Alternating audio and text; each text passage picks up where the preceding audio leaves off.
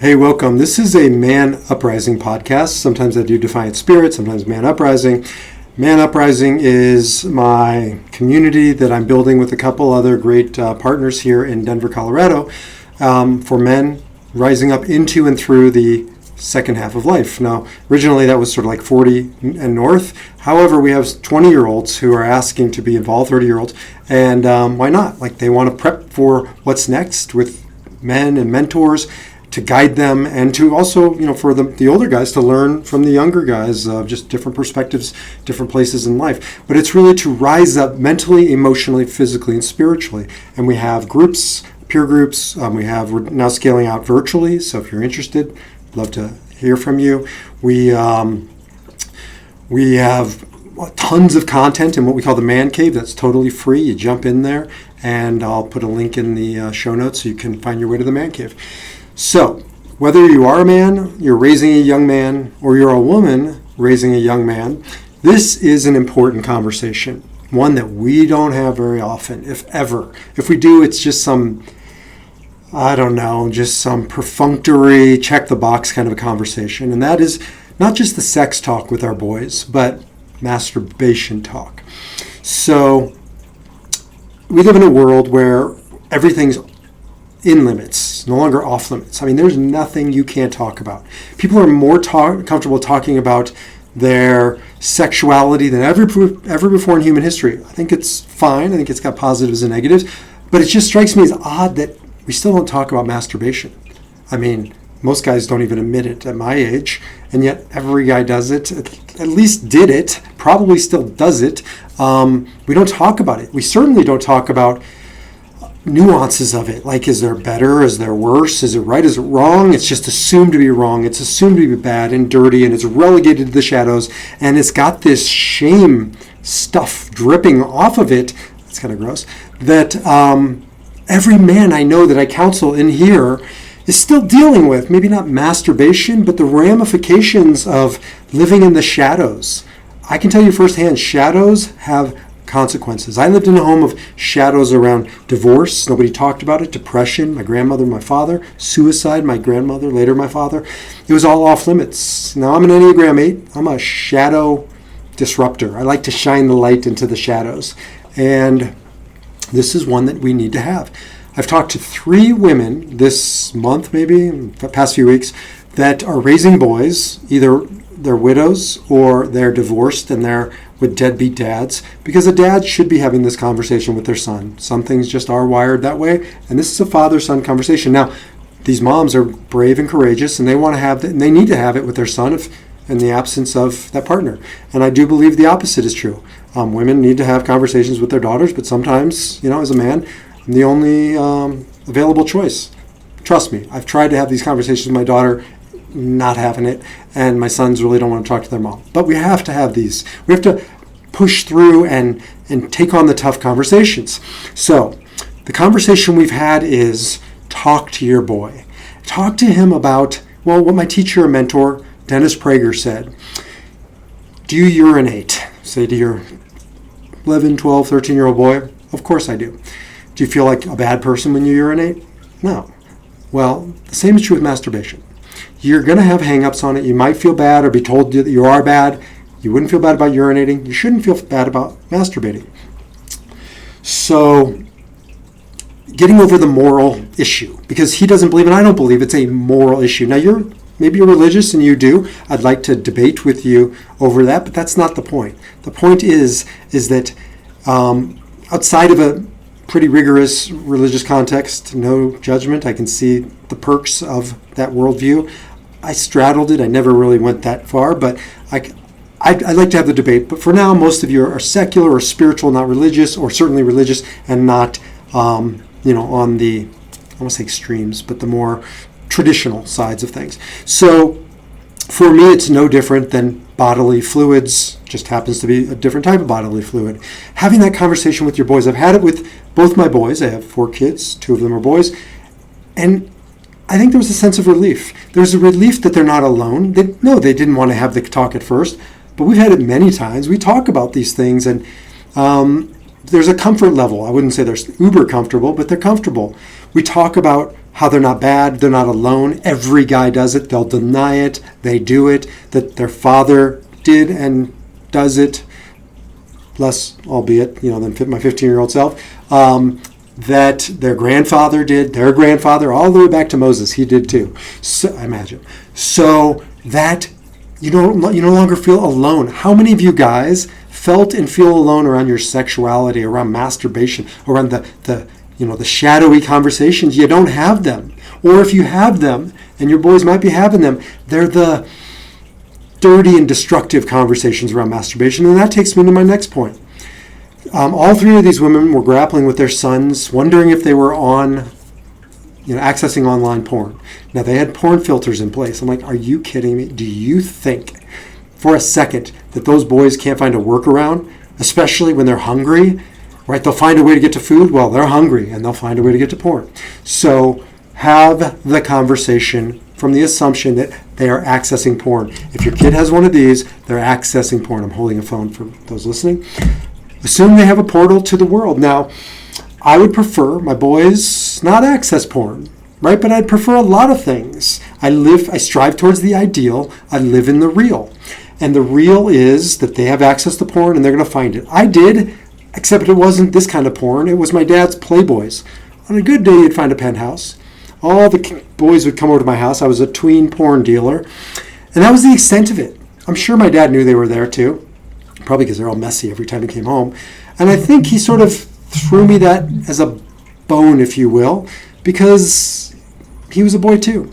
And he should have had the conversation with me. He didn't, but it wasn't hidden from us. Your boys are going to find it, and not all porn is the same. Again, would I prefer? No, but they're going to find it. And if they do, I want to have a conversation with my boys, and I did, about there's a sliding scale. There's, Lady Chatterley's Lover. I'm dating myself. The Red Shoe Diaries. There's Playboy. Let's just say Playboy over here. Is that still a thing? I can't imagine it is. And then there's the sub-channels on YouPorn or whatever the biggest sites are. And they get dark and they get dirty, and you have seen them too. Sometimes you just see them by accident. I'm sure I just saw them by accident.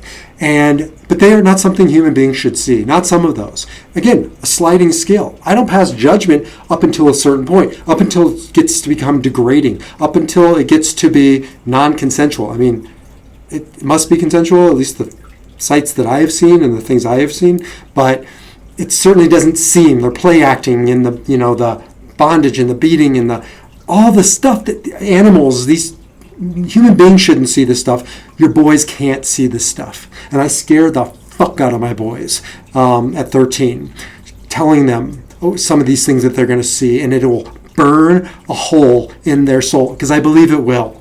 And I don't do that to make them feel bad. I do that because if they want to steal the car, I stole the car when I was 14 years old.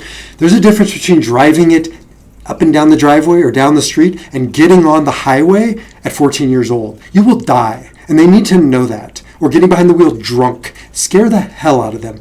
I do believe they need to know that they're opening up a sewer like the likes of which humanity has never been exposed to before. And I don't want that for you, kid. So if you want to find some porn, I'll find you some healthy porn pictures. Like, let's stay with pictures, right? See if you can kind of hang out in that space where I have sort of signed off on that. And I don't want to. But what's the alternative? To leave them out in a world figuring it out on their own, fending for themselves? You're dropping them off with the most powerful force they will ever know without an instruction manual, and now without a guide. Or the guides around them are just a bunch of schmuck 13-year-olds who think they know what they're doing. And they just found out from their older brother, and they found out some bad stuff. So I want them to have both the fear of that this is part of their mind, body, and soul, and also that you're not alone, and we'll figure this out together, and nothing is off limits in our conversations. You come talk to me, I'll help guide you through this. That, to me, is the conversation that is missing in a world that seems to have every conversation under the sun. We need to have these with our kids. Now, I want to take it a step further. I believe sexuality is the pathway to divinity. I've written a curriculum, Man Uprising. So if you jump into the Man Cave, you can find the Man Uprising curriculum. We use them for our peer groups. But it really revolves around a young man, 20-something, doing what young men at 20 do, trying to get laid. And you watch this boy become a man by learning how to harness his sexuality.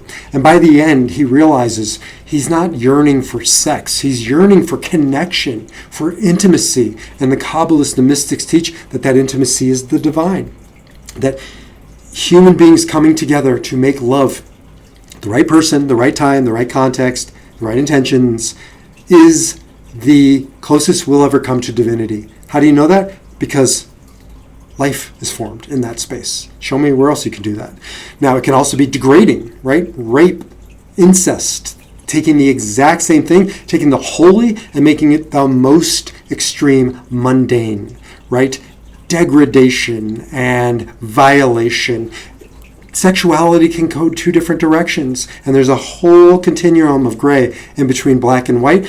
We need to start having these conversations. I talk to my sons about the spirituality of sexuality and why withholding or holding back as long as you can on every level is a good thing, right? And treating masturbation is more like junk food, whereas making love to your wife is like a, 3-star Michelin restaurant. They're not the same thing. And if you engage in junk food, fine, you do it. But you do it knowing it's junk food. It's not really building you up. It certainly leaves you kind of feeling guilty afterwards.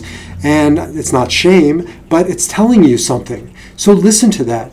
When you eat too much junk food, you start to feel yucky. Same is true with masturbation.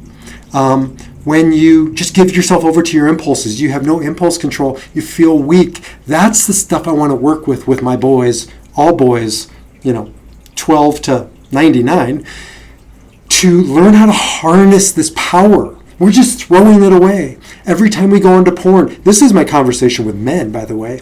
It's not a moral issue at all. It's you're taking your God-given life force, the Kabbalists, the mystics call it ruach, and you're just discharging it. Sorry, but you are. You're just giving it away. That's why fighters, boxers don't have sex leading up to the fight, because they want to harness that energy. I don't want pixels on a screen to have power over me. I want to take that and I want to save it.